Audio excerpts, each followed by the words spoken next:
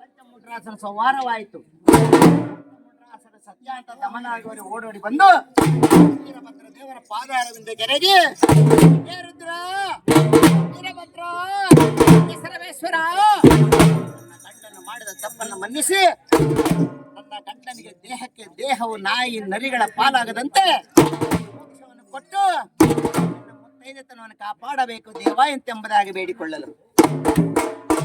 ಕರುಣಾ ಸಾಗರನಾದ ವೀರಭದ್ರ ದೇವರ ಅಂತಃಕರಣೆ ಪುಟ್ಟು ತರಣಿಯ ಸಿರ ಪಡೆದ ಮೇಲೆತ್ತಿ ಬೇಡಿಕೊಂಡ ಕಾಲಕ್ಕೆ ದೇಹಕ್ಕೆ ಮೋಕ್ಷ ಕೊಡಬೇಕೆಂಬುದಾಗಿ ಅರಕ್ಕಸನ ದೇಹದ ಚರ್ಮವನ್ನೇ ಸುಲಿದು ಸಮಾಳಕ್ಕೆ ಬೇಕಾದ ಮುಚ್ಚಿಗೆಯನ್ನಾಗಿ ಮಾಡಿ ಸಣ್ಣ ಪುಟ್ಟ ನರಗಳನ್ನು ಜಗ್ಗಿ ತೆಗೆದು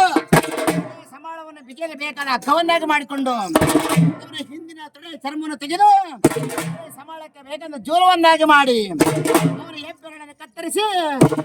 ಸಮಾಳವನ್ನು ಬಡಿಯಲೇಬೇಕಾದ ಬೆತ್ತವನ್ನಾಗಿ ಮಾಡಿ ಕಂಠ ವರ್ಕ ಮಣಿ ಭದ್ರ ಅಂತಕ್ಕಂಥ ಶಿವಶರಣ ಉದ್ಭವಿಸಿ ಅವರಿಗೆ ವೀರಶೈವರೆಂಬ ಪಟ್ಟವನ್ನು ಕಟ್ಟಿ ಅವರ ಹೆಗಲ ಮೇಲೆ ಸಮಾಳವನ್ನು ಹಾಕಿ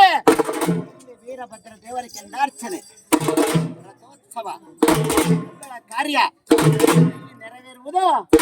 ಅಲ್ಲಿ ನೀವು ಶರಣರಾಗಿ ನೀವು ಈ ಸಮಾಳವನ್ನು ಹೆಗಲ ಮೇಲೆ ಹಾಕಿಕೊಂಡು ಸಮಾಳದಿಂದ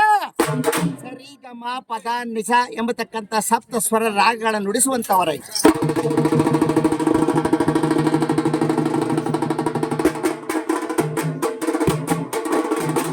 ಎಂಬುದಾಗಿ ಪರಶುವನ ಅಪ್ಪಣೆಯನ್ನು ಕೊಟ್ಟ ಕಾಲದಿಂದ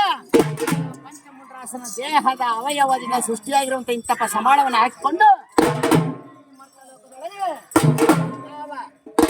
ಪಂಚಮುಂಡ್ರಾಸನ ದೇಹದ ಅವಯವದ ಸೃಷ್ಟಿಯಾಗಿರುವಂತಹ ಇಂತಹ ಸಮಾಳವನ್ನು ಹಾಕಿಕೊಂಡು